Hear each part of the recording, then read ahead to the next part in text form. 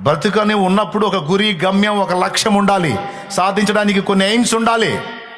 ఆడోళ్ళైనా మగోళ్ళైనా సరే భౌతికంగా, ఆధ్యాత్మికంగా సాధించాలి. భౌతికంగా సమాజాన్ని ఉద్ధరించాలి, ఆధ్యాత్మికంగా కూడా సమాజాన్ని ఉద్ధరించేటట్టు తయారు కావాలి.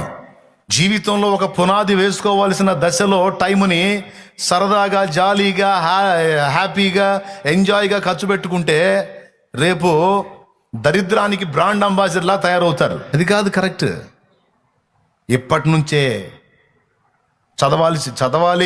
చదవాలనే చదువుకి కేటాయించబడ్డవాడు చదవాలి, కష్టపడాలి. ఆడపిల్లలైనా మగపిల్లలైనా యేసు ప్రభు నమ్మారా అంటే వాళ్ళు డబల్ చదువుతారా బాబు అన్నట్టు ఉండాలి. వాళ్ళు సరిగా చదవరు, సావరు అన్నట్టు ఉండకూడదు. కష్టపడి చదవాలి, జాబ్ సాధించాలి. దానికోసం మన వంతు ప్రయాస ఉండాలి. దానికి దేవుడు తన కృప జోడిస్తాడు.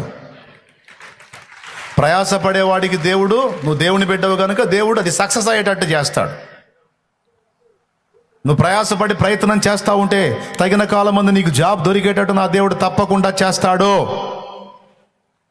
దేవుడే చెప్తున్నాడు, కష్టపడు కుమారుడా, కష్టపడు నా కుమార్తె, ఖాళీగా ఉండకండి, టైంని పోనీయకండి, సరదాగా కాలక్షేపాలతో టైంని వేస్ట్ చేయొద్దు. అవసరం లేని బతుకు, దిగజారిన బతుకు మనం బ్రతకూడదు. దేవుని ఎరిగిన వారమే మనం బతకూడదు. గురి లేని బతుకు బతకూడదు.